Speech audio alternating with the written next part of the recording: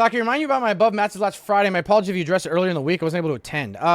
Saying this Friday, I may not be in chat. Looking forward to it. I went back to school per my above to receive my MS in finance from a top 30 program in the U.S. Currently having a hell of a time finding employment, transitioning into the financial sector. I'm 25 years old and I've been a restaurant manager making $50,000 to $55,000 a year in Michigan for the last 4 years. My account breakdowns are as follows: $42,000 in Roth IRA, $37,000 in taxable brokerage, $13,000 cash on hand, emergency fund, 3-month expenses, $1,000 crypto. I bought a car 4 months ago and owe $21,000 at 6.39% on it. My federal student loans are $35,000 at 9%. And I do not begin payments until January 2026, but I am accruing interest right now. Yeah, people forget about that. I'm getting married in September of 2026 and have yet to pay $17,000 towards the wedding. Payments are due in February and August. My monthly expenses are currently $2,000 a month, and I am $1,800 away from maxing out my Roth for the 2025. I have no other debt than the car loan and my student loan. In hindsight, I might have bought too much car, but I wanted something safe and large enough for a family that I could drive.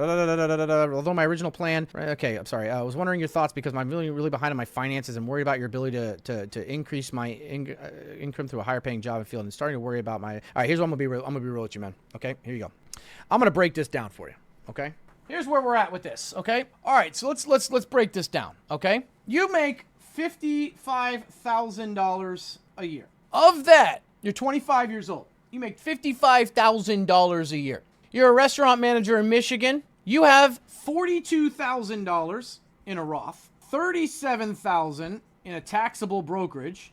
Okay, I'm assuming your restaurant doesn't offer 401k. $13,000 in cash, $1,000 in crypto. However, you bought a car 4 months ago, $21,000 at 6.39%. I don't know what the term is on that. And you have $35,000 student loans at 9%. 9.08%. No interest, no payments until January, but interest has been accruing this whole time. You're getting married in September, and you still owe another $17,000 towards wedding. I understand your mindset. You have a mindset of spend and save, right? You're 25 years old. You are in the top 1 to 2% of 25-year-olds with this much in assets. She also has $50,000 in cash and convinced her to open a Roth IRA. Okay. First of all, before we get into your spending, you need to refinance this. If you're not going to pay it off, refinance it. 9% is absolutely fucking absurd.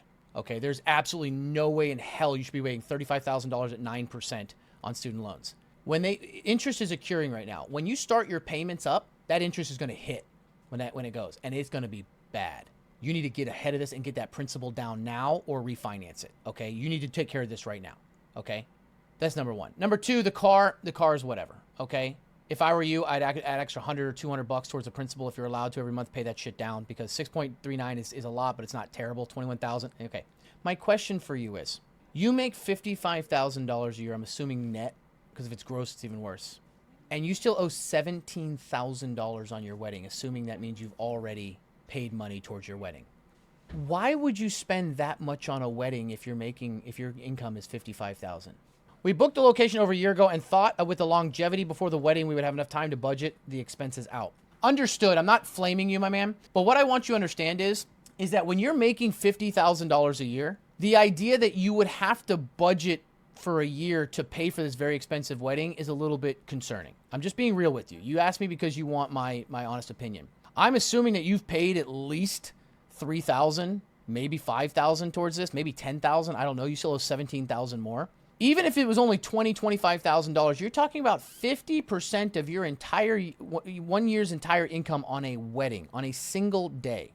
Money doesn't make the wedding memorable. So I don't know if it was your idea or her idea, but one of y'all should have had a reality check here. That's insane. That's just insane. And I mean that from a good place. $25,000 to $30,000 for a wedding when your income is $50,000 a year is not good. It doesn't mean you're bad or you're careless with your money. I think emotions got caught up in there, and you probably wanted to make sure she had the perfect wedding and stuff like that, and she may not know finances and stuff like that. But when you're about to build a life together, there are two things you need to be, or else your life will not be successful together. One, you need to be sexually compatible, and two, you need to be financially compatible. If you're not those two things, you will not make it, okay? You cannot overcome those things. Nowadays, it's politically too, but sexual and financial compatibility are the two things that you have to have with a partner, or it will not work out.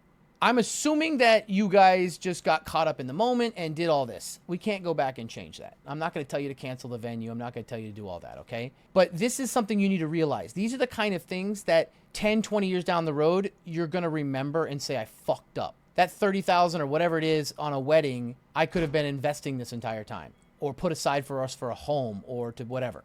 I'm not going to flame you on the car because I don't know what kind of car it is, where you live. Maybe it's a good car. Maybe it's for work, whatever like that. I don't know that you could separate this apart. But here's what I'm going to say.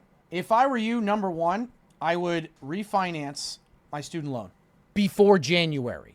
Because when that 9% interest that's been accruing this whole time hits when you owe, it is going to be a big one.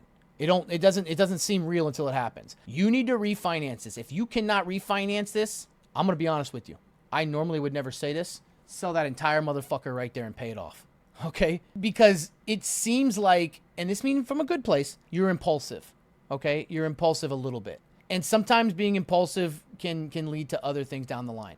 You guys have a combined income of $100,000, but you're not married yet. Even at $100,000, this is a lot. For what it's worth, I think you got a good head on your shoulders. I think you have a good head on your shoulders. You have, at 25 years old, making only $55,000 a year, you have managed to put yourself in the top 1 or 2% of all 25-year-olds when it comes to retirement. You've done a great fucking job.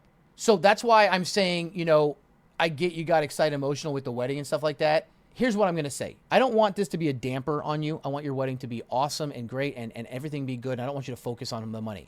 I want this, though, to be potentially a learning experience afterwards and say, that was great and we had a good time. But in the future, maybe if we have big things like this, we should kind of budget it, plan it a little bit more, because these are big things. You know what I mean? Like, a lot of people will probably disagree with me because they're like, oh, it's a wedding. It's a once in a lifetime. Well, on the average American, it's twice in a lifetime thing, but it's a once in a lifetime thing and everything like that. I don't know who pushed in, who gave in, but you guys probably, and this is something that I mean that it sounds uncomfortable. It's very important. You guys, once you get settled in, have your, honeymoon, sit back and stuff like that, I want you guys to sit down and have a serious talk. And it should be totally fine because you guys should be pretty much compatible, or at least somewhere on the same page, and talk about your finances moving forward and come to an agreement about money you put away for fun, money you put away for budget, and create a budget together and create a 5, 10, 20, and 30-year plan. She's going to love this shit because whenever you start doing that, she's thinking, oh my God, he's in it for the long haul and it's a long term. Talk about a 529 and your kids. She's going to love that shit too because, oh my God, that means he wants to have kids and stuff like that. But